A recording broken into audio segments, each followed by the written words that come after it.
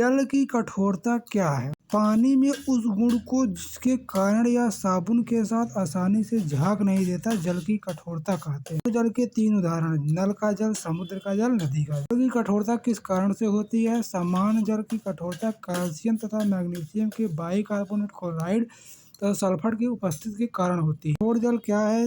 वह जल जो साबुन के साथ आसानी से झाग उत्पन्न नहीं करता, कठोर जल कहलाता है। के प्रकार: अस्थायी तथा अस्थायी कठोर। मृद जल के 3 उदाहरण बताना है: अशुद्ध जल, वर्षा का जल तथा खनिज रहित जल। की अस्थायी कठोरता का कारण है जल में कैल्शियम तथा मैग्नीशियम के कार्बोनेट में घुले होने के कारण। क्या है? वह जल जो साबुन के साथ आसानी से झाग उत्पन्न करता है, मृद जल।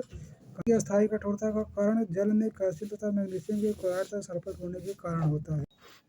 साबुन कठोर जल के साथ आसानी से झाग क्यों नहीं बनता? साबुन कठोर जल में कैल्शियम तथा मैग्नीशियम के आयन सहित होते हैं। ये आयन साबुन के साथ संयोग करके वसी अम्ल में अविलेय कैल्शियम मैग्नीशियम लवण बनाते हैं, जो अवक्षेपित हो जाता है। C17H35 COONA, जिसे साबुन का सूत्र कहते हैं, उसमें कैल्शियम मिला दोगे तो C17H35 COO बन जाएगा और Na बाहर निकल जाएगा। इसे कैल्शियम स्टीरेट। साबुन कठोर जल के साथ आसानी से झाग उत्पन्न नहीं करता। साबुन की झाग बनने की क्षमता का क्या तात्पर्य है? वह क्षमता जिससे साबुन के साथ जल में मिलाकर हिलाने पर झाग नहीं। विलेय लवण जल के कठोर बनाते हैं नहीं। स्टीरिएट का सूत्र C17H35 COONA का उल्लेख कीजिए जिस पर साबुन झाग नहीं बनता।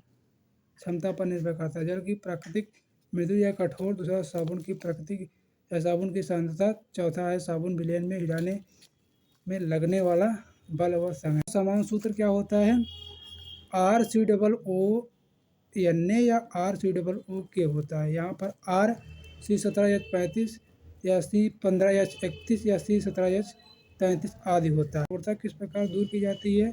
कठोर जल में उपस्थित कैल्शियम 2+ आयन तथा मैग्नीशियम 2+ आयन सोडियम बाइकार्बोनेट से अपक्रिया करके अम्लीय कार्बोनेट बनता है, जो अवक्षेपित होता है। Calcium Ca2+ plus Na2CO3 CaCO3 बैठ जाएगा, Na+ निकल जाएगा। मैग्नीशियम 2+ को Na2CO3 के साथ करोगे तो मैग्नीशियम कार्बोनेट बन जाएगा और Na बाहर निकल जाएगा।